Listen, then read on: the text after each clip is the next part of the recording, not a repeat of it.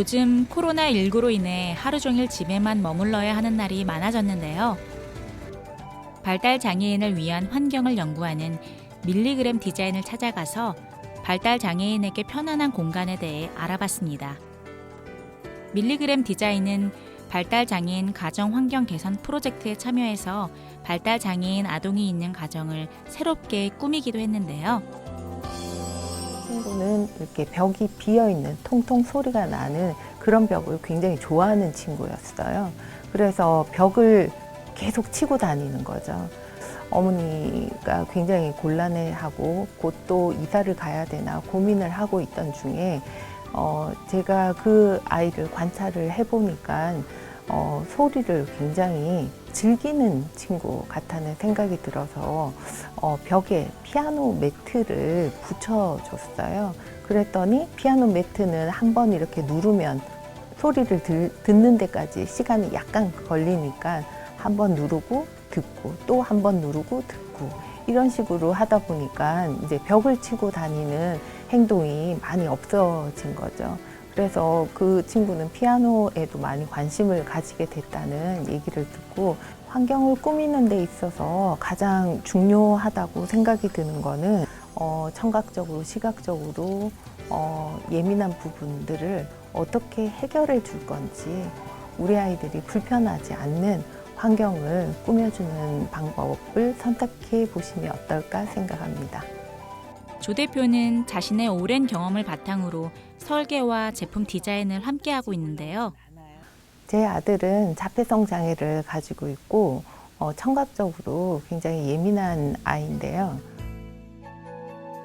어느 날 큰 통유리 앞에서 우하고 이렇게 울리는 소리를 흉내내면서 그게 무섭다라고 얘기를 하더라고요. 유리는 이 재질 자체가 소리를 반사하는 성질을 가지고 있어요.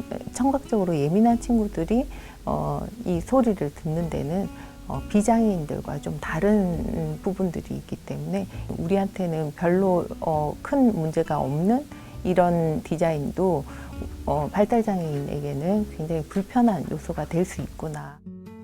우리 집도 아이에게 좀 더 편한 곳으로 바꿔줄 수는 없을까 고민하는 분들을 위한 조 대표의 팁. 첫째, 시각적으로 편안함과 자극을 동시에 추구한다. 이게 무슨 이야기일까요? 사실 우리 발달장애인들이 예민하거나 둔감한 특성을 가지고 있어서 무조건 편안한 공간을 제공할 수 없어요. 친구들은 좀 자극을 넣어줘야 되는 부분도 있어요.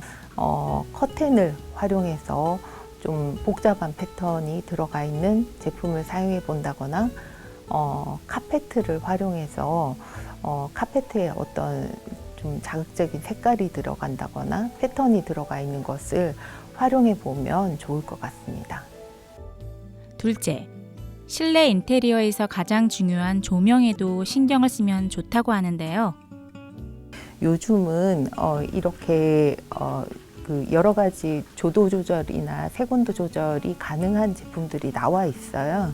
카페 같은 데 가면 노란색 불이 켜져 있고 도서관에 갔을 때는 흰색 불이 켜져 있잖아요. 이런 조명의 색온도 가지고도 충분히 심리 안정을 유도해낼 수 있기 때문에 그런 것들을 활용해 보시면 심리 안정에 많은 도움이 될 것 같습니다.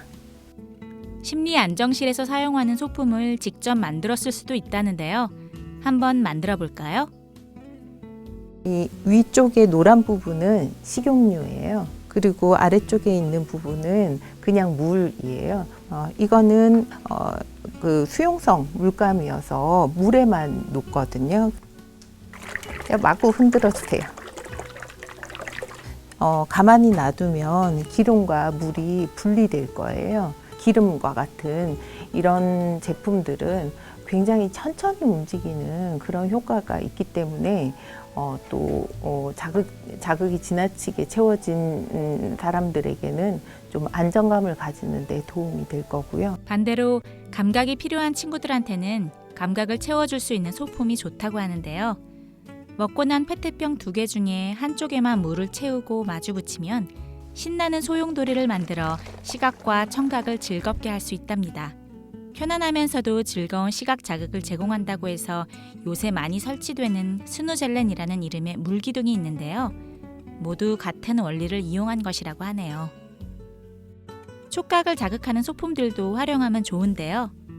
두 재료는 굉장히 다른 느낌을 가지고 있어요. 하나는 굉장히 부드러우면서도 굉장히 입자가 고운 그런 느낌이 나고, 또 한 재료는 물컹물컹하면서 약간 차가운 성질의 느낌이 나거든요. 하나를 잡아보는 걸로 시작을 해도 좋을 것 같아요.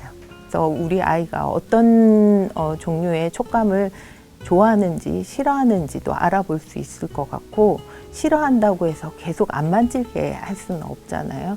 그런 것들을 조금씩 접근해 볼 수 있도록 좀 재밌는 놀이를 가지고 접근해 볼 수 있도록 유도해 보는 것도 좋을 것 같고요.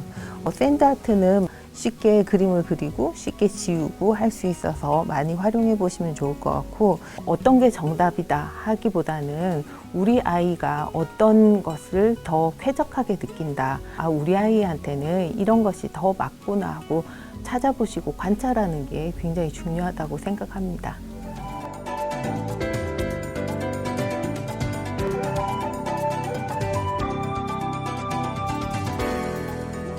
보통 심리안정실이라 하면 심리 치료할 때 많이 사용하는 그런 공간이었는데, 요즘은 훈련센터나 체험 공간에도 이렇게 심리안정 휴게실 개념으로 많이 구성하고 있는 것 같습니다. 앞으로 어떤 작품이 나올지 많이 기대해 주세요.